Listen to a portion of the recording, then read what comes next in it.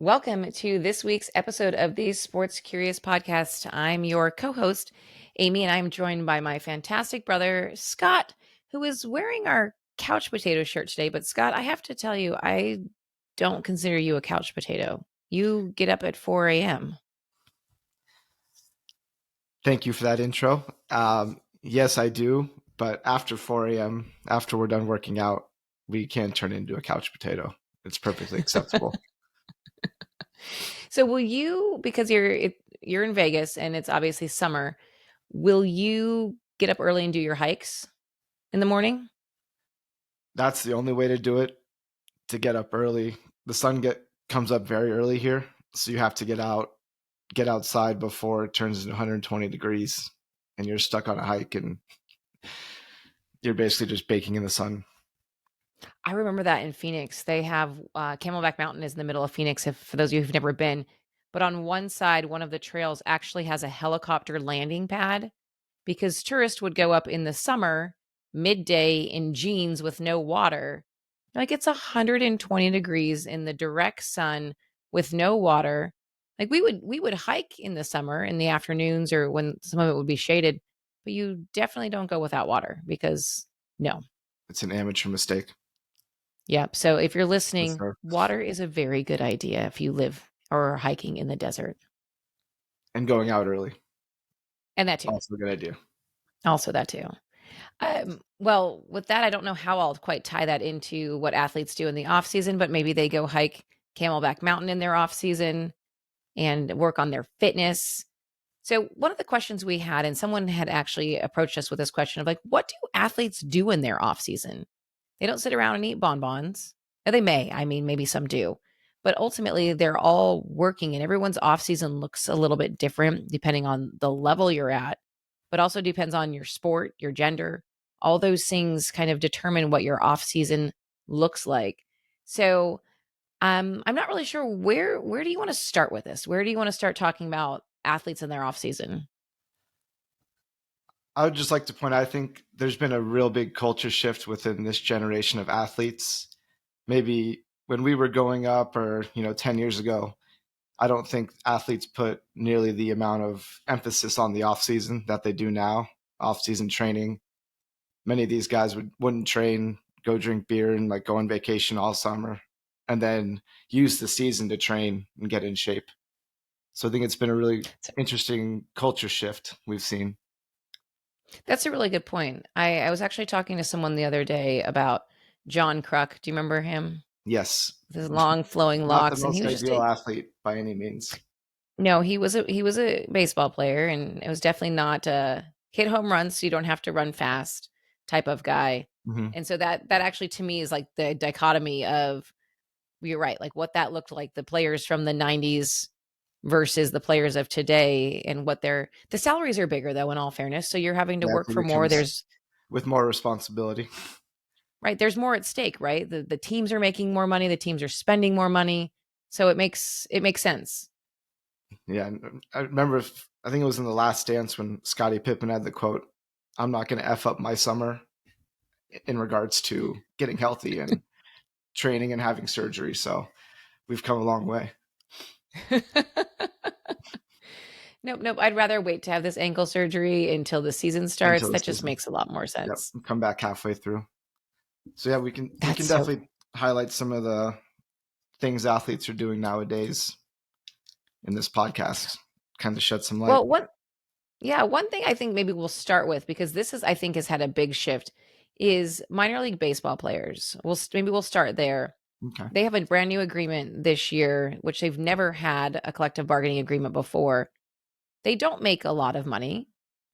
They typically work from spring training, so February until usually September-ish, depending on your league. But you're looking at these low A guys that are making $11,000 a season, and now up to AAA, they now have a salary. They can be up to $35,000 for that time frame, which isn't a lot of money for if you're going to make that your salary for the year and have to train and eat well and all the things. Um, I remember some of the guys who were obviously private instructors. You were the result of that. You went to a lot of different private instructors and summer camps, but real estate, construction, I mean, it's fascinating how you have to try to piece it all together while you try to make your dreams. And it's stuff. What are you driving, like a DoorDash, doing Uber in the off season? I mean, it's almost nearly impossible to make a living wage in the minor leagues until you make it to the major leagues, which is, it's the dream, but it's nearly impossible to do. Hmm. Well, it kind of makes me think of the Kurt Warner story about when he was found, if you will. He was stocking shelves in the night shift at the grocery store so he could train during the day and still make money for his family. And so you look at there, it's not all glitz and glamour, and I think that's sort of what people see, and that's what we obviously celebrate. Mm-hmm. But there's a lot of hard work that goes into making it to that point if you're not someone like Bronny James who's going to get drafted right out of your first year of college. Or NIL deals before you even leave high school. Yeah, that's true. Exactly. I guess that's a good point. I even think about the NIL deals that's a whole nother can of worms, I guess. Yes, it is. Um, I think the most famous off-season story is obviously the WNBA. Brittany Griner, obviously, she and most of her WNBA colleagues go overseas to play because they don't make a lot of money when it comes to women's basketball. And so they go overseas and make a lot of money in their off season. Um, but there's also no time off for them. No, they really have no off season, which I know it can definitely impact their training, their bodies. They're really never getting a chance to get healthy. They have to go overseas. They're making, I think, like I want to say the highest salary in the WNBA might be like 250,000, but they can go overseas and play in some of these European leagues and make million, maybe half a million. That makes it worth it. Absolutely. I mean, it maybe doesn't make it worth it to end up in a Russian prison for No. a whole season, but it definitely, I mean, you have to do what you have to do, right? Because Hmm. like you said, you have to stay in shape. You have to stay at the top of your game. And so maybe that's partly what they're doing, right? They're still staying, they're still practicing. Um, but I'm intrigued to ask, like I know women's soccer because in soccer is kind of a whole nother beast, I think, because you have World Cup, you have, the NWSL, and I'm really not totally familiar with how European soccer leagues work because I feel like they're always playing something. Yeah, soccer's a whole different can of worms when it comes to off season. Like you said, the European teams, they are just constantly playing. They've got like their country league, their club league, their national team. So there's just always playing tournaments. And I really don't know when they find time to train. I guess you just do it as you go, but they do have that. Typically, they have a break for the World Cup right in the middle of the year, every 4 years. But this last year in Qatar, they obviously did not. But it's interesting because you're if you don't like an airplane never stops running essentially, right? And that's okay. And maybe if they all stopped, they'd break. I don't know. And I think just keep the momentum going. Because, yeah, the high level guys aren't getting a month off for the World Cup they're playing. Mm-hmm. That's exactly it, right? So these athletes are obviously taking their off season off to train. We've seen that, LeBron James is spending about $1.5 million a year just to stay in shape with cryotherapy, hyperbaric chambers, all those things. And granted, he's much older than probably some of his colleagues. So he has to do a little bit more work. Same is said with Russell Wilson, who's spending about $1 million a year in recovery. But I think, and maybe I could be wrong, but you really saw that with Tom Brady, right? As he aged, he became even more astringent, maybe more stringent on his process, on his workout regimen, eating, et cetera, et cetera. Or maybe it just came to light more as he got further along. But if you want that longevity and you want to still make the money, you've got to really invest. Yeah, I mean, LeBron was on year 20 this year. And I think he's been doing this, I think, his entire career since he was in high school.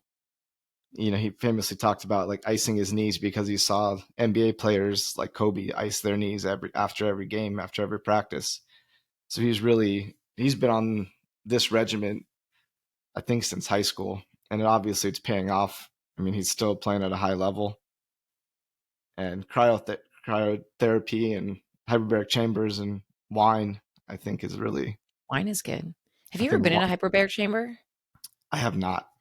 They're really cool. Well, They we look need like to. the one I went to looked like a giant like tube that you get in, and it has a little window. But it's amazing how fast, like if you have a wound or something, how Mhm. fast stuff heals. It's really, really cool. So highly Did you recommend. have any wounds or injuries you were healing, or was that just for I fun? To be honest, I can't remember why I was in there. Um, so I don't really remember how that was helping me, but it was probably, I mean, it helped me in general, right? It gives Hmm. you did come out with more energy. You came out feeling a little bit more refreshed.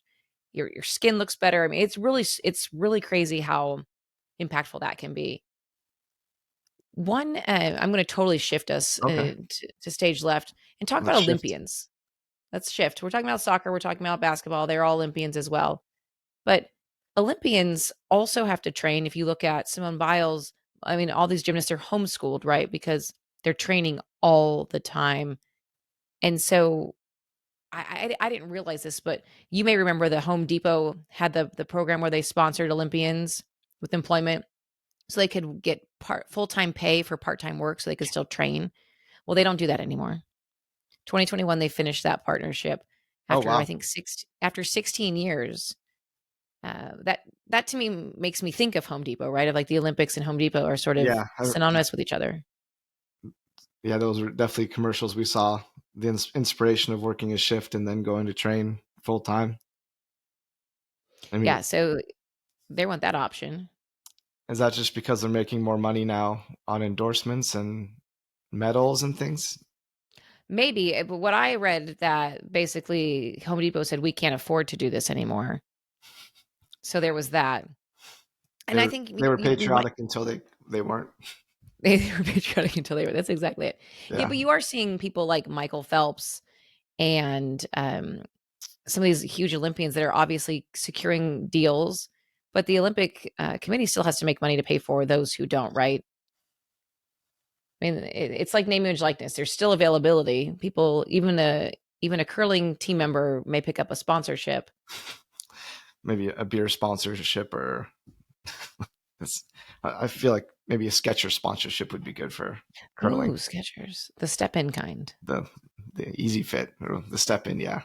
I just saw one with why am I blanking on his name? The boxer, little fast boxer. I can't remember his name for the life of me. But yeah, he had his step-ins because he didn't have to use his boxing glove hands for Skechers. There you go. It's perfect. You're welcome. You're welcome, Skechers. Skechers, Pledge, Home Depot. Yes. Just call us. It's fine. We'll answer. We'll take the call.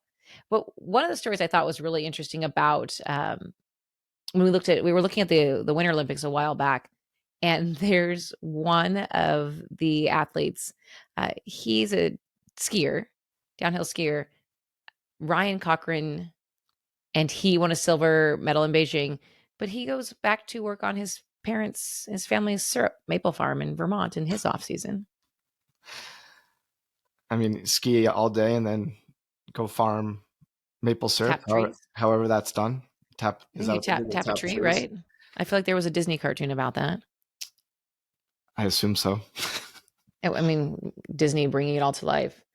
So you have people who are obviously tapping trees for syrup at a family business, who are working construction, who are selling real estate, who are working out.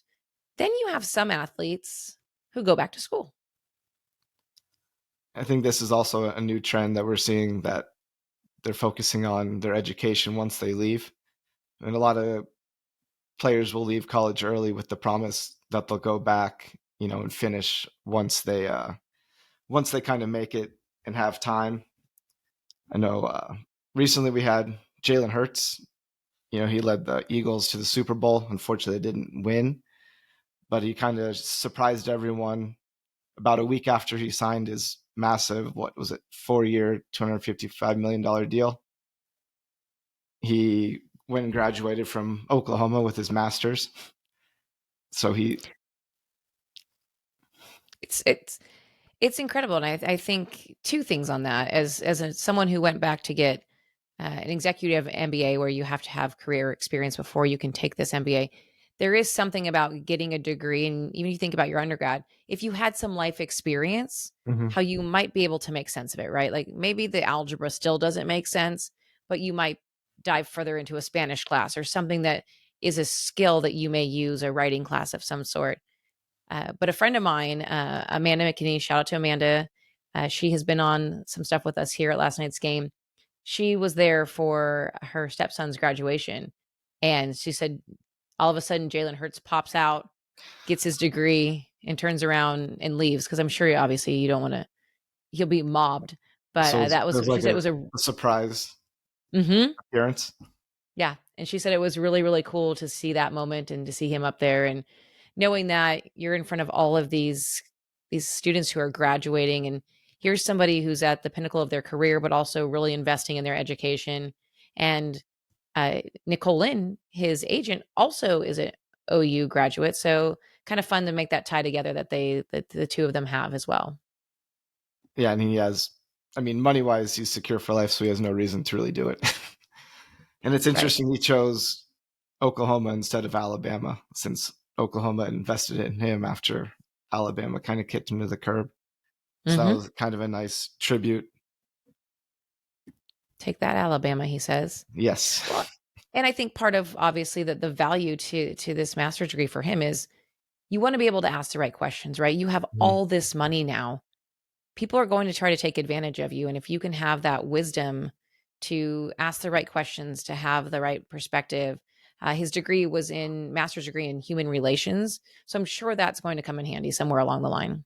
I mean, the locker room quarterback, that's the ultimate human relations position. So he's got to be able to Absolutely. communicate with everybody from all walks of life. So, I mean, Yes. it's applicable. It's really, it's cool to see them invest in themselves that way. So beyond the hyperbaric chambers of the world. Yes. And before we wrap up, is there anything you want to talk about? Anything you want to impart on the good people of the world? I did want to highlight one more off-season program that was, kind of cool. A bunch of NFL players have done, called the Water Boys. So this was founded by Chris Long, son of Howie Long. Chris Long's a Super Bowl champion, and he in his off seasons when he was playing, he started going to Africa to start building wells to get people, obviously with no access to water, clean water. He spent a lot of his off seasons when he was playing going over there and helping out. That's cool. And it's cool that he recruited his friends. Yeah, and And I I think love that. I think they even But, climbed Kilimanjaro one oh year gosh, well, as a that is fundraiser. a So one. Hey, that's we're taking this full circle on hiking. yes, a Pack your little bit. water. Definitely have some water. So I mean that's incredible off-season training and incredible amount of time to commit to helping out these people. So thought I'd give them a shout out.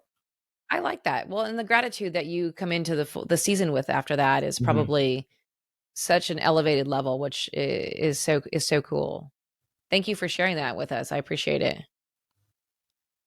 And I'm Well, sure if you I haven't seen what they're doing yet, but I'm sure he's got something planned for this off season, even though he's retired. He's got plenty of time. plenty of time, plenty of friends to make things happen. Yep, absolutely. I love it. I love it. Well, thank you for joining me to talk about athletes in the off season. Thank you to our listener who submitted this question. Keep them coming. If you have something you're curious about, send me a note at amy@lastnightsgame.com. Thanks, Scott. Thank you.